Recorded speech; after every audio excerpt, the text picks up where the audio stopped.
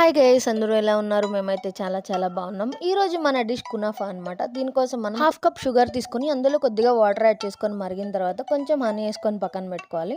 తర్వాత కునాఫాని తీసుకొని దాన్ని బాగా స్మాష్ చేసి 2 టేబుల్ స్పూన్స్ ఘీ, 2 టేబుల్ స్పూన్స్ బటర్ యాడ్ చేసి బాగా మిక్స్ చేసుకొని పక్కన పెట్టుకోవాలి. తర్వాత స్టవ్ మీద ఒక ప్యాన్ పెట్టి అందులో కొద్దిగా మిల్క్ వేసి మరిగిన తర్వాత అందులో కొద్దిగా కార్న్‌ఫ్లోర్ వేసుకొని ఉండలు లేకుండా నీట్‌గా కలుపుకోవాలి. కలుపుకున్న తర్వాత కొంచెం కండెన్స్డ్ మిల్క్ వేసుకొని బాగా మిక్స్ చేసిన తర్వాత అందులో చీజ్ వేసుకోవాలి. హాఫ్ కప్పు బాగా కలిపిన తర్వాత ఇలా వస్తదనమాట.